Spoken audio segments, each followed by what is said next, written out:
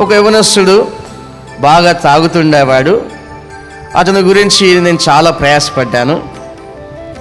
ఆ యొక్క తాగుడు మానేయించడానికి ఎంతో ప్రయాసపడ్డాను. హాస్పిటల్స్ తీసుకొని వెళ్ళాను, వైద్యం చేయించాను, అతని కొరకు డబ్బు ఖర్చు చేశాను, అతని కోసం చాలా ప్రయాసపడ్డాను. అతను మారినట్టుగానే అనిపించాడు ఒక 4-5 నెలలు. ఆ తర్వాత ఒక రోజున బాగా తాగి నాకు కనిపించాడు. నేను పడిన శ్రమంతా వృధా అయిపోయింది.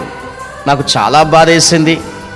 నేను దేవుని సన్నిధిలో మోకరించి, దేవా, నేను పడిన ప్రయాసంతో వ్యర్థమైపోయింది ఈ యవనస్తుని కొరకు అని దుఃఖించి ప్రార్థన చేయడం జరిగింది. అతను ఇంతవరకు కూడా మారలేదు. ఒకసారి నాతో వచ్చి మాట్లాడిన మాట ఏంటంటే, అన్నయ్య, నా వివాహం జరిగితే గనుక నేను పూర్తిగా మారిపోతాను. చర్చికి ప్రతి వారం వస్తాను, పరిచర్య చేస్తాను, ఇక అపవిత్రమైన వాటిలో నేను పాలు పొందను అని చెప్పి నాతో మాట్లాడాడు. వివాహం జరిగింది, 2-3 సంవత్సరాలు అయ్యింది, మారలేదు. దేవుని సన్నిధి పూర్తిగా మానుకున్నాడు. వివాహం జరగక ముందుకు నెలకొకసారి వచ్చేవాడు, వివాహం జరిగిన తర్వాత అసలే రావడం లేదు. నా ప్రియ సహోదరులారా, మనిషి పాపమనే ఊబిలో పడితే ఆ పాపానికున్న బలం ఎక్కువ.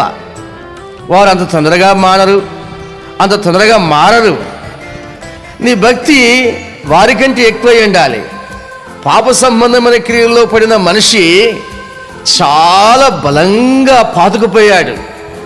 తన వేర్లు చాలా లోతుకి వెళ్ళిపోయాయి పాపానికి సంబంధించిన క్రియల్లో.